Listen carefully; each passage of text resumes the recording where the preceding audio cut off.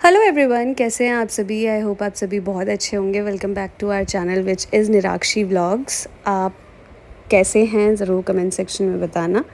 और यहाँ पे आज की जो शुरुआत हो रही है जस्ट किचन में ही शुरू हो रही है, क्योंकि उठते ही किचन में आँख खुलती है। कुहू के लिए खाना बनाना होता है, साथ में अपने लिए भी ब्रेकफास्ट बनाना होता है। तो आज मैंने कंबाइन करके तीनों के लिए ही, अपने झाजी और कुहू के लिए दलिया बनाने का सोचा है। आज मैं बना रही हूँ दलिया, खूब सारे वेजिटेबल डाल के।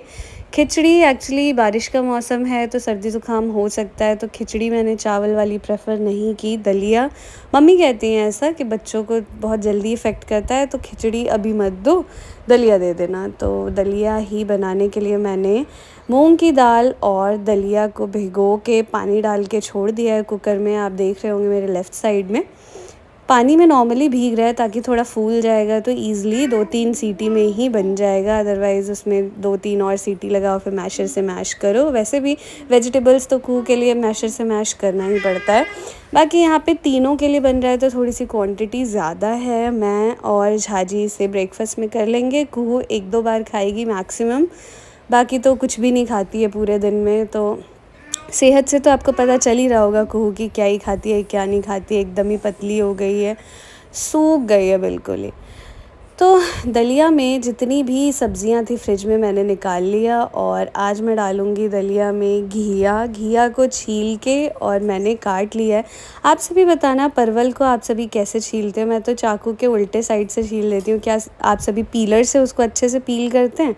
ज़रूर बताइएगा कमेंट सेक्शन में। चाकू के उल्टे साइड से मैंने उसे हल्का हल्का जो ऊपर की स्किन होती है एक लेयर टाइप की, वो हटा दिया।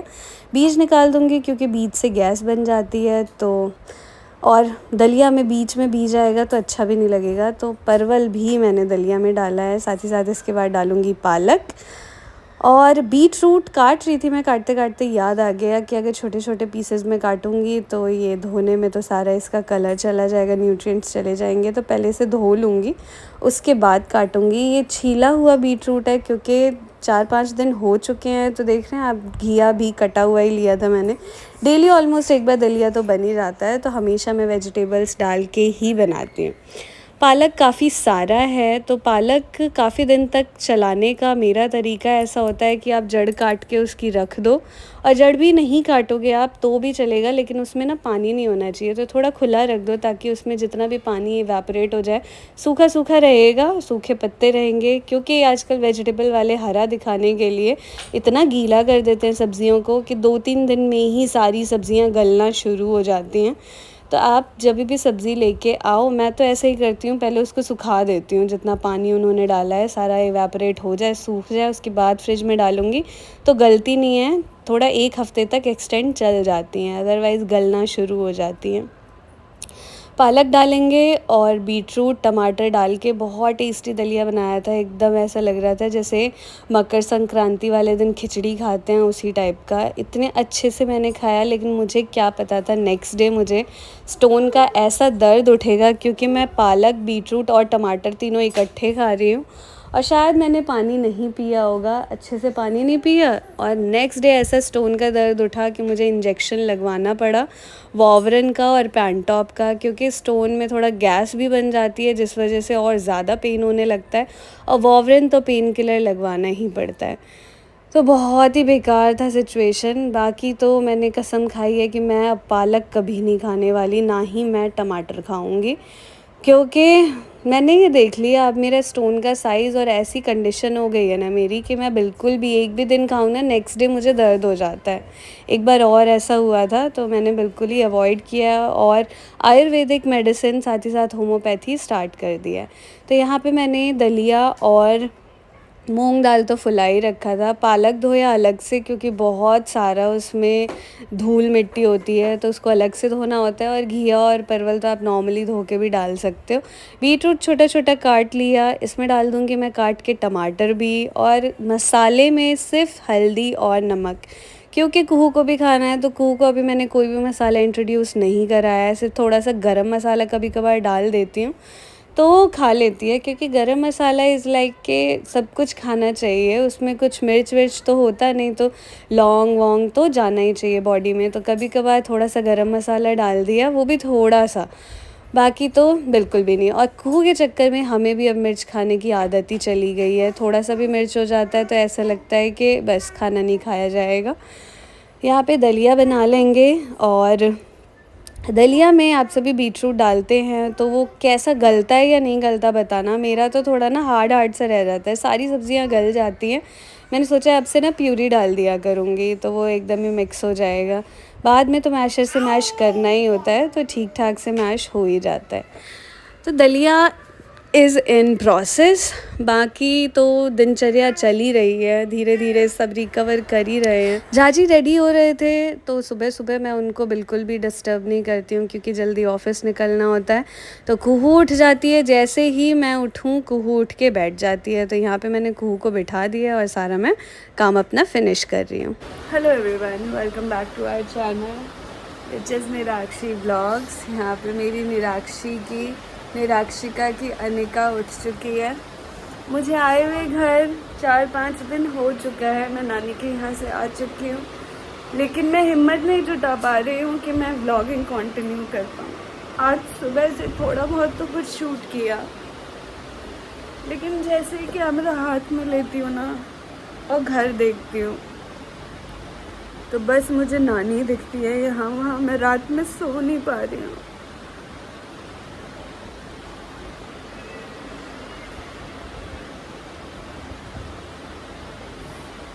बहुत हिम्मत करके मैंने ये सोचा है कि मैं ऑन कैमरा नहीं रोऊंगी, लेकिन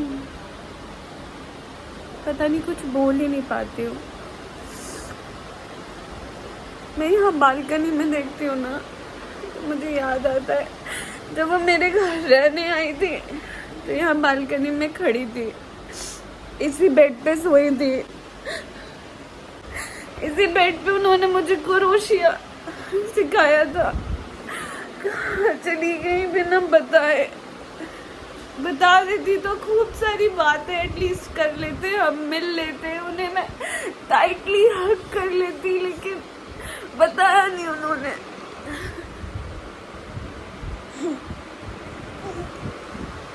उनसे भी मुझे बहुत कुछ सीखना था। हमेशा कहती थी नानी आपको वो आता है ना, आपको वो कढ़ाई आती है ना, मुझे सिखाओगी? कहती थी हाँ तुम्हें सिखा दे वो। हमेशा मुझे कहती थी कि मेरे अंदर जो कला है ना उनके जैसी है। वो भी बहुत ही सारी चीज़ें उन्हें आती थी, जैसे कढ़ाई और भी स्वेटर्स, और नानी को बहुत सारी चीज़ें। जब मैं वहीं पर अच्छा बनाती थी तो इतनी तारीफ करती थी मेरी कि तू हमारे जगह छे। कुछ भी कर लो उन्हें भूल नहीं पा रहे हैं, नॉर्मल भी नहीं हो पा रहे। कहते हैं ना अच्छा इंसान जब जाता है ना तो बहुत दुख होता है। इसको इतना कहती थी, इसको सुंदर बच्चा, थू।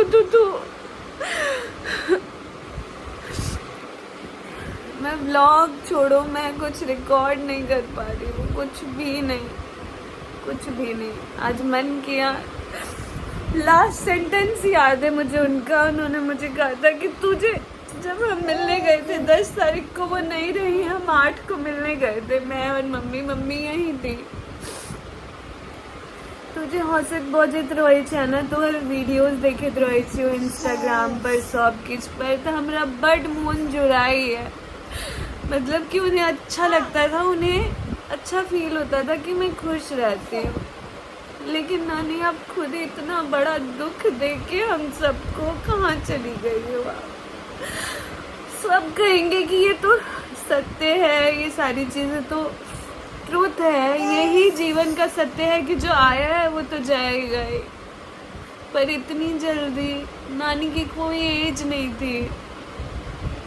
65 to 70 ईयर्स क्या एज होती है? मैंने देखा है लोगों को 100 साल जीते हुए, तो मेरी नानी क्यों नहीं?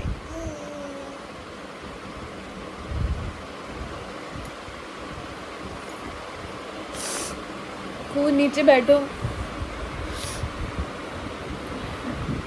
आप।